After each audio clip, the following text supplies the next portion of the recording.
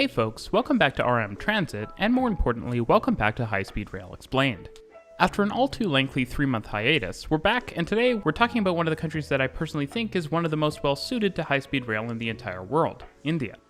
If you haven't caught the previous videos in the series, I've covered many of the world's most significant high-speed rail systems, and, well, Canada.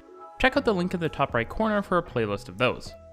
India is honestly really underappreciated in terms of its infrastructure development.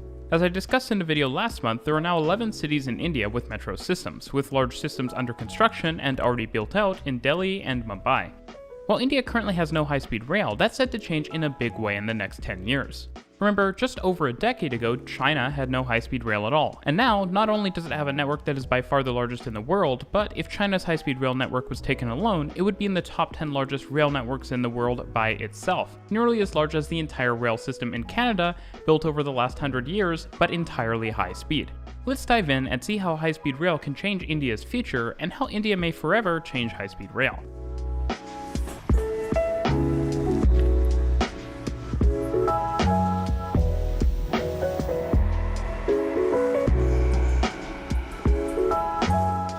No video about high-speed rail in India would be complete without first talking about rail and India.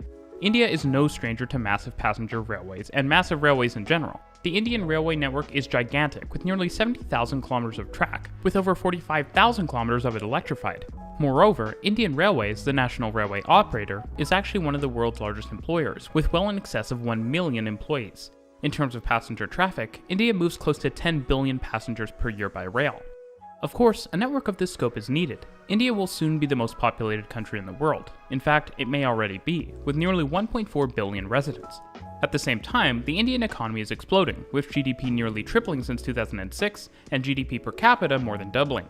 Demand for passenger and freight rail has never been greater. At the same time, India is arguably much more suited to rail than other major countries like China and the United States, as India's land area is only about 1/3 that of those countries. Now, while it's popular to compare railway networks in terms of length, it's important to remember that especially with national railway networks, longer is not necessarily better. While more tracks sometimes mean more connectivity and coverage, they also mean more expensive infrastructure to build and maintain. Shorter distances between major urban areas are also better suited to rail, so India has a natural edge that should help it attract passengers in the long term. Of course, India's railways are also unique because they overwhelmingly use broad gauge, which has likely been a bit of a barrier historically to technology transfer. As it turns out, India is already constructing its first high-speed rail line, and it's doing it with a partner who frankly does high-speed rail better than any other country in the world, Japan. Of course, Japan has a lot of experience creating a high-speed rail network in a country with an extensive existing non-standard gauge network, and I think that this perhaps is the most natural part of the partnership between the two countries. The first line in India's high-speed rail network will connect Mumbai and Ahmedabad along India's west coast with a total of 12 stations on roughly 500 kilometers of track, with major intermediate stations at Vadodara and Surat, in the latter of which a connection to the future metro would also be available. Mumbai has over 20 million people in its urban area, while Ahmedabad has nearly 10. Of course, the major cities between the two also make the corridor a particularly good one as a first high-speed rail line in the country, especially with major metro systems also under construction in both terminus cities. Much of the Ahmedabad to Mumbai line will also be on elevated guideways, akin to similar high-speed lines in China and Japan. This removes the need to tediously remove numerous grade crossings, provides built-in isolation from surrounding communities and wildlife, and allows for a good operating surface. That said, the southernmost leg, running from east of central Thane to central Mumbai, will be in a bored tunnel, a portion of which will travel undersea. The Mumbai station of the line will also be located underground at BKC, a new high-density commercial district of the city south of the international airport and connected to multiple lines of the under-construction Mumbai Metro. This underground station is pretty unique and surprisingly still fairly uncommon for high-speed rail. The high-speed line, much like the Shinkansen lines in Japan, will be isolated from the national railway network and hence will be able to use standard gauge tracks. As well, the line is set to use 25 kV AC power, which, as you may know, is incredibly common and well used in India. That said, the line won't use the more bespoke signaling typically used on the Shinkansen and will supposedly opt for ETCS, the European train control system that is basically becoming the world de facto standard. This reminds me somewhat of Taiwan high-speed rail, which uses a blend of technologies from both Europe and Japan. Top speeds will be in line with the newest conventional Shinkansen lines, with a design speed of 350 km per hour and an in-service top speed of 320 km per hour. Services are set to operate every 20 minutes during peak periods and roughly every half hour at other times, though service could ramp up if demand calls for it. Much like in Japan, there will be multiple service levels, with a rapid service making only 2 intermediate stops, and a local service stopping at all stations. The rapid service will cut travel times between the cities from more than 7 hours to just slightly more than 2, saving massive amounts of time for passengers every year, reducing emissions and boosting productivity. The line is set to open in 2028, though at this point it is possible that the date moves closer or further away depending on construction progress. While much of the line is under construction, land acquisition challenges have meant that some portions are not. The project is being managed by the NHSRCL, which stands for National High Speed Rail Corporation Limited. India really loves its acronyms. Now you're probably curious what else Japan's involvement in the project entails. For one, Japan is providing financing for the project, which is set to cost roughly $15 billion. Given this project is partially underground, that's not too unreasonable, with a cost of roughly $30 million per kilometer. Of course, Japan is also providing trains for the system, which will be the third major use of Shinkansen trains outside of Japan, with China and Taiwan both using designs derivative of Japanese bullet trains. That said, India's trains seem to be much more substantially similar to the standard E5 Shinkansen than previous models used in other countries. The E5s, which will be 10 cars long, as in Japan, will be an updated and modified variant with improved technology and adaptations to better operate in India's hot and sometimes dusty climate. Trains will also feature other adaptations to make them better suited to the tastes of local passengers. Better yet, Japan is bringing its earthquake early warning capabilities to the line, which will help reduce concerns about derailments or accidents given the moderate seismic activity on India's west coast. At the same time, I think India has a massive opportunity to truly learn from Japan with its high-speed rail constructions and operations, because in most ways, Japan is still the best in the world. Using electrical multiple units from day one and operating at very high frequencies, especially if services are as popular as you'd expect, would be big potential benefits. In fact, while some trains for the service will be manufactured in Japan, some of the sets will actually be made in India, and that means India's rolling stock manufacturing will have reached new heights, finally manufacturing what are arguably the most technically advanced trains in the world. But I also think the little things count. I think India has an opportunity to accept what Japan does well with high-speed rail and avoid trying to differentiate itself in the wrong way. For example, while China has an extensive high-speed rail network, its massive stations and operations are sometimes more airport-like than rail-like. That means long lines and waits and unnecessary stress that should be avoided for rail travel. You can't just show up at a station and pop onto a train like you can in many other countries, such as Japan. I hope India does things differently. Now, while it may seem somewhat underwhelming, the first corridor might be seen as the first half of what will likely be the most important rail line India may ever build, the Delhi-Mumbai high-speed rail line. As it turns out, on the north end of the Mumbai-Ahmedabad line, the tracks actually extend beyond Ahmedabad city center, and this should make a further northwards extension much more seamless. The Delhi-Ahmedabad high-speed rail line would thus be the second phase of a proper high-speed link between India's two largest cities, and is already under intensive planning.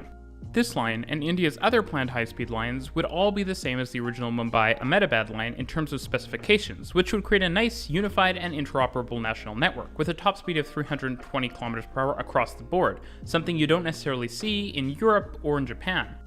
The line connecting to Delhi would feature 10 to 15 stations, including an intermediate one in Jaipur connecting to its metro.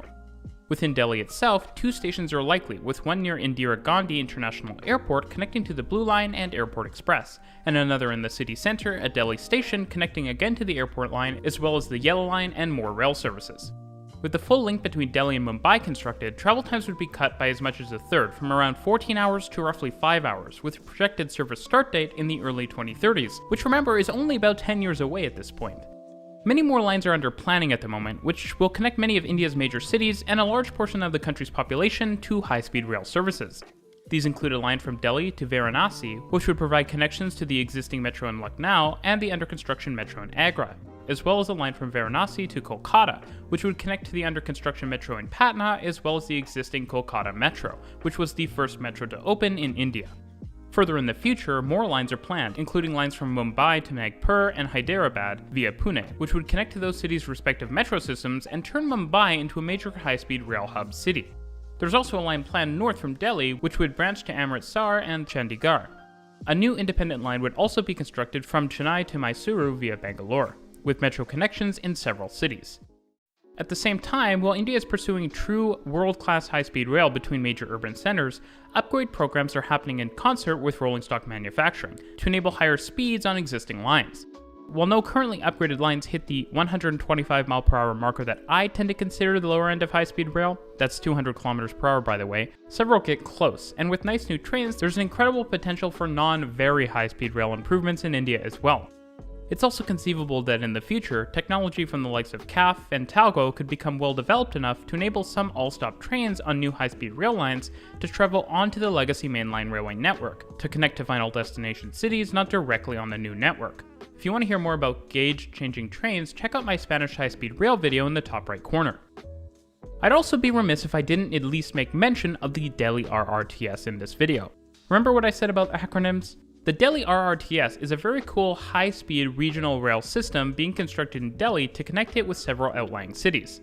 The line reminds me a lot of high-speed metros in China or the Seoul GTX I covered in a former Demystified, which I will also link.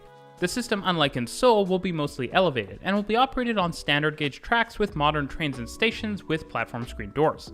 As the Delhi RRTS is constructed by the NCRTC, again, another acronym, I do think there's an interesting possibility of future interlining with high-speed rail. That's only amplified by the potential for future RRTS systems to be built to similar standards in other major Indian cities. Such networks could allow for extremely high mainline frequencies on high-speed rail to then divide up across many RRTS lines, with cities providing far more direct connections and one-seat rides on high-speed rail than in other systems, somewhere India could be a real leader and something South Korea is also pursuing. Few countries have the same level of ambition with regard to building a massive national high-speed rail network, and few have the potential to move as many passengers. Much like Delhi Metro put India on the map for its very young and yet impressive metro network, I hope to see the same for high-speed rail. That said, I think the dreams need to be even bigger. While the connectivity of the planned network is great, I'm actually quite concerned about capacity.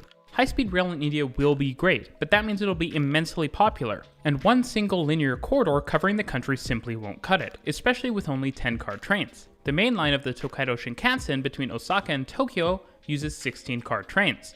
There's massive potential for a new north-south central corridor throughout the country, connecting from Bangalore to Hyderabad to Nagpur and north to Delhi via Lucknow. And there's frankly also probably potential for a second inland route between Delhi and Mumbai via Indore. Of course, more routes would also mean more potential trips on high-speed rail. The initial network may not make trips from Patna to Hyderabad or Kolkata to Mumbai practical, but such additional lines would. So that's the story of high-speed rail in India. Things are really only just getting started, but the potential is massive, especially as improved urban rail systems mean you can step off your train in your destination city and head straight to your actual destination. Links with new developing regional rail transit systems could mean far more connectivity than we'll ever see in some of the traditional titans of high-speed rail, like France. If there are any cities or projects you think I should cover in more detail, make sure to leave a comment down below. And if you enjoyed this video, make sure to subscribe and hit the bell icon so you don't miss any future videos. Thanks for watching, and I'll see you in the next one.